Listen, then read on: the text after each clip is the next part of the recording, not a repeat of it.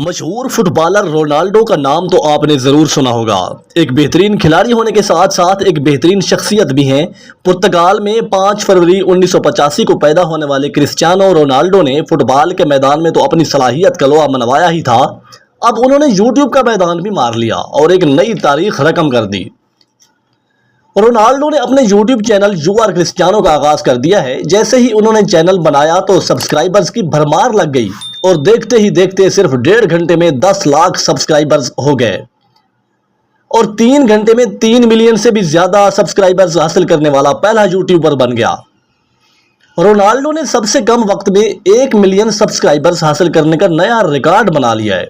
इससे पहले तेज तरीन 1 मिलियन सब्सक्राइबर्स हासिल करने का रिकॉर्ड जनूबी कोरियन गुलकारा जेमी किम के पास था, जिन्होंने 7 घंटों में 1 मिलियन सब्सक्राइबर्स हासिल किए थे। नाजरीन, खिलाड़ी रोनाल्डो का ये यूट्यूब चैनल फुटबॉल के मुतल्लिक होगा, यानी वो अपने इस चैनल पर फुटबॉल के मुतल्लिक गुफ्तगू किया करेंगे। वीडियो देखने का बहुत शुक्रिया। खुश रहें। अल्लाह हाफिज़।